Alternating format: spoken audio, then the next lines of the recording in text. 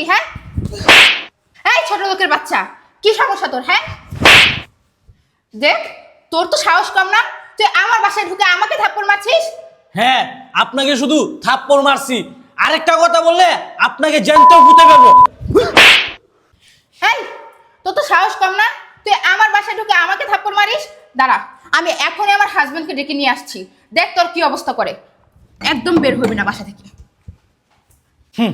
আপনার হাজব্যান্ডে ডাক দিবেন, ডাক দেন। আমি কি আপনার হাজব্যান্ডের ভয় পাই নাকি? আজকে এর একটা শেষ দেখে ছাড়বো। কি হয় না সেটা বলো।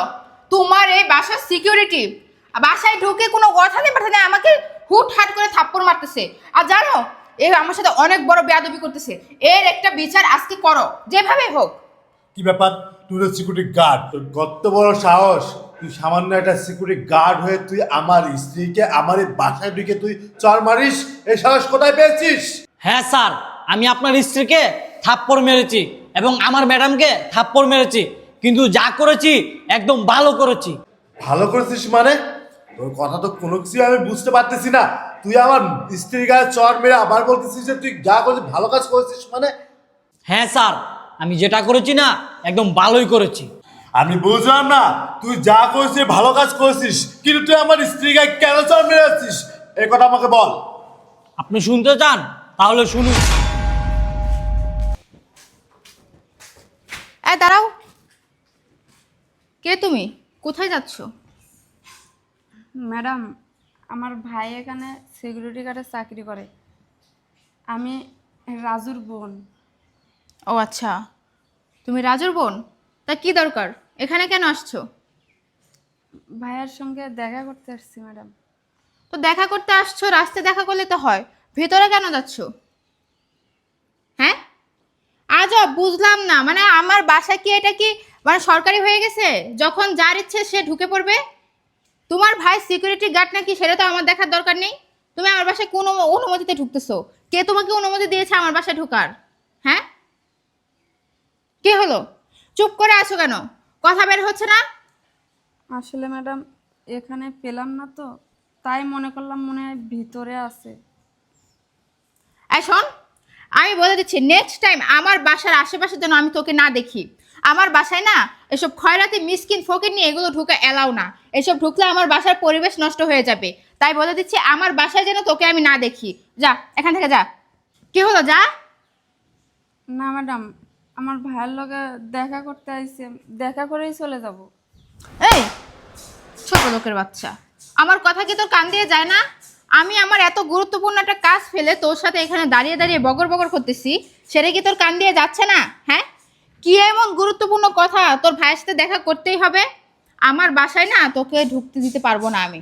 আমার কথা বুঝতে পেরেছিস? যা এখান থেকে। কি হলো, যা। ম্যাডাম, একটু দেখা করে যাই, একটু দেখা করেই চলে যাব। আসলে মানুষ ঠিকই বলে, এসব গরিব ছোট লোকদের না এই একটা অভ্যাস, আর কথা বললে এদের গায়ে লাগেই না। বেহায় নির্লজ্জ কোথাকার। এই, আমার কথা কি তোর গায়ে লাগে না? হ্যাঁ, আমি তোকে কি বলছি, আমার বাসা থেকে যাবি নাকি এখন আমি তোকে ঘর ধাক্কা দিয়ে বের করব? ও, তোকে তো ঘাট ধাক্কা দিয়ে তো লাভ হবে না। দাঁড়া, তোর ব্যবস্থা আমি করতেছি। মনে ঘৃণা উঠলে আমার এইভাবে বকা করতে। এই যাবি? হ্যাঁ, যাবি নাকি ম্যাডাম, এখনো দাঁড়িয়ে আছিস? ম্যাডাম মারবেন না ম্যাডাম। কি মারবো না তো কি করব? কি করব? পুজো করব তোকে? হ্যাঁ, তোকে পুজো করব। যা যা যা ম্যাডাম, যা। আমার বাড়ির আশেপাশে যেন তোকে আমি না দেখি, কথাটা যেন মাথায় থাকে। ফকিন্নির বাচ্চা, মুডটাই নষ্ট করে দিল। যাব না আজকে বাহিরে। শুনলেন তো স্যার এখন কি জন্য আমি ম্যাডামের গায়ে হাত তুলেছি? হ্যাঁ, আমি বুঝতে পারলাম, কিন্তু বৃষ্টি, তুমি এটা কিভাবে পারলে? আমি তো কখনো আশা করতে পারি না বৃষ্টি তুমি এই ধরনের কাজ করতে পারবা। আর রাজু তো আমাদের বাসার সিকিউরিটি গার্ড, সে আমাদের বাসার সিকিউরিটি গার্ড হতে পারে, কিন্তু তাকে তো আমরা নিজের ভাইয়ের মতন, নিজের আপন ছোট ভাইয়ের মতন দেখি। আর তার বোন এত বছর পর আমাদের বাসায় আসছে, আর তুমি এই ধরনের বাজে ব্যবহার বা মারধর করছো কেন? কেন করছো? কেন করছো? সেও মানুষ, তুমিও মানুষ, আমিও মানুষ। আর হ্যাঁ, তুমি ধনী গরিব কেন ভেদাভেদ করবা? তুমি কি ভুলে গিয়েছো আমি একসময় গরিব ছিলাম, আমি একসময় রাস্তায় থাকতাম, আমি একসময় রিক্সা চালিয়ে খাইতাম। হ্যাঁ, আজকে আল্লাহ আমাকে এত টাকা পয়সা অর্থ সম্পদ বাড়ি গাড়ি দিয়েছে। আর তারা সিকিউরিটি গার্ড বলে কি সে কি মানুষ না? তার বোন এসেছে এত বছর পরে, তাই বলে কি তার বোনের সাথে তুমি এত বাজে ব্যবহার করবা? এই, আমি তো কখনো ভাবতে পারি নাই তোমার মতো একটা মেয়ে এই ধরনের বাজে ব্যবহার করতে পারে। আমি সবসময় ভেবেছিলাম যে আমি যেমন তেমনটাই তুমি হয়েছো, কিন্তু আজকে যেটা দেখলাম, যেটা শুনলাম, আমার না এখন ভাবতেই না অবাক হচ্ছে যে আসলে তুমি কি আমার স্ত্রী নাকি অন্য কেউ।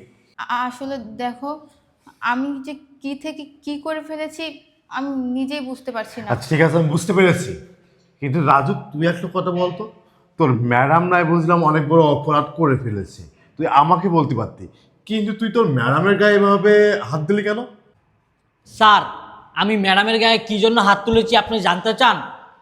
আমি ম্যাডামের গায়ে এই জন্য হাত তুলেছি যাতে আপনি আমাকে এই বাড়ি থেকে বের করে দিন, আমার চাকরি থেকে আমাকে বের করে দিন। স্যার, আমি আপনার এই বাড়িতে আর চাকরি করতে চাই না। কারণ কি জানেন, দুদিন আগে গ্রাম থেকে আমার বোন আসে আমার সাথে দেখা করার জন্য, কিন্তু আমার বোন আমার সাথে দেখা করতে পারলো না। কিন্তু স্যার, আমার বোনের সাথে ম্যাডামের দেখা হয়েছিল।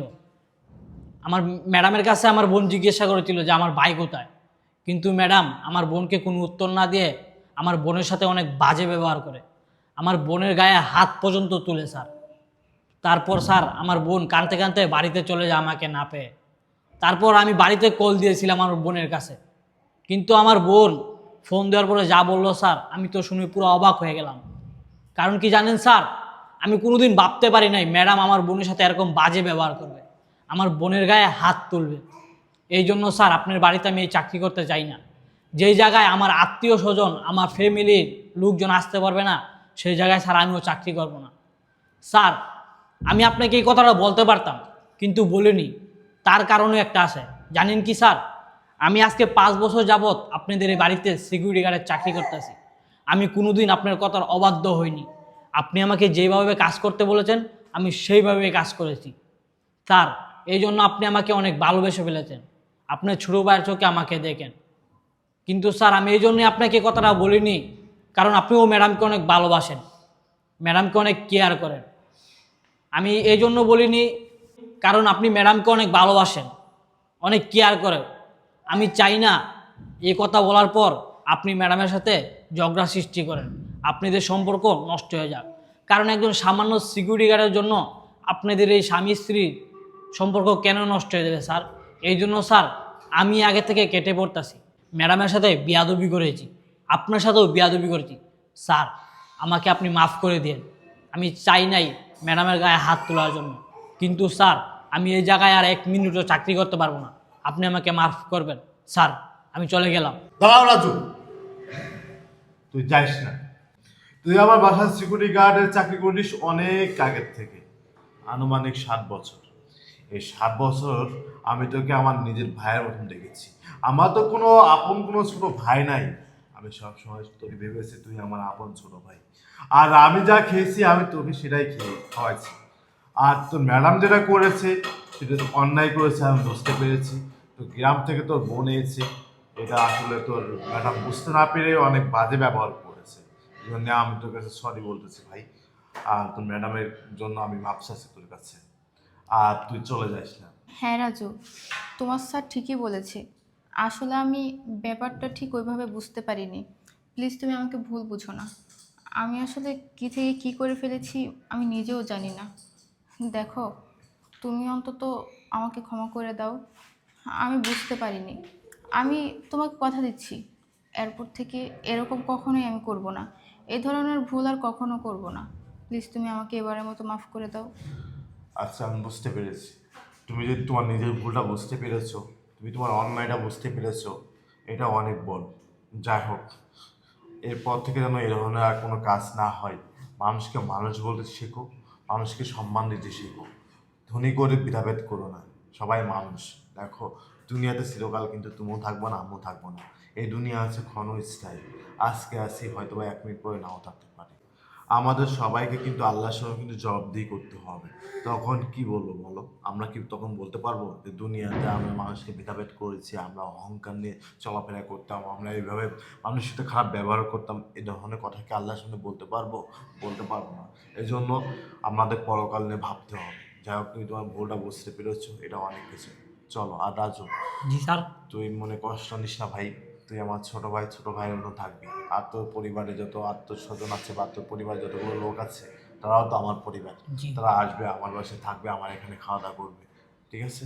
তুই মনে কিছু করিস না, তাহলে তুই থাক। না স্যার, আমি মনে কিছু নিইনি, কারণ ম্যাডামকে তো আমি আমার বড় বড় চোখে দেখি, আর আপনি তো আমার সাহেব। আচ্ছা সাহেব, আমি তাহলে গেলাম। আচ্ছা ঠিক আছে, তাহলে তুই যা। আসো বৃষ্টি।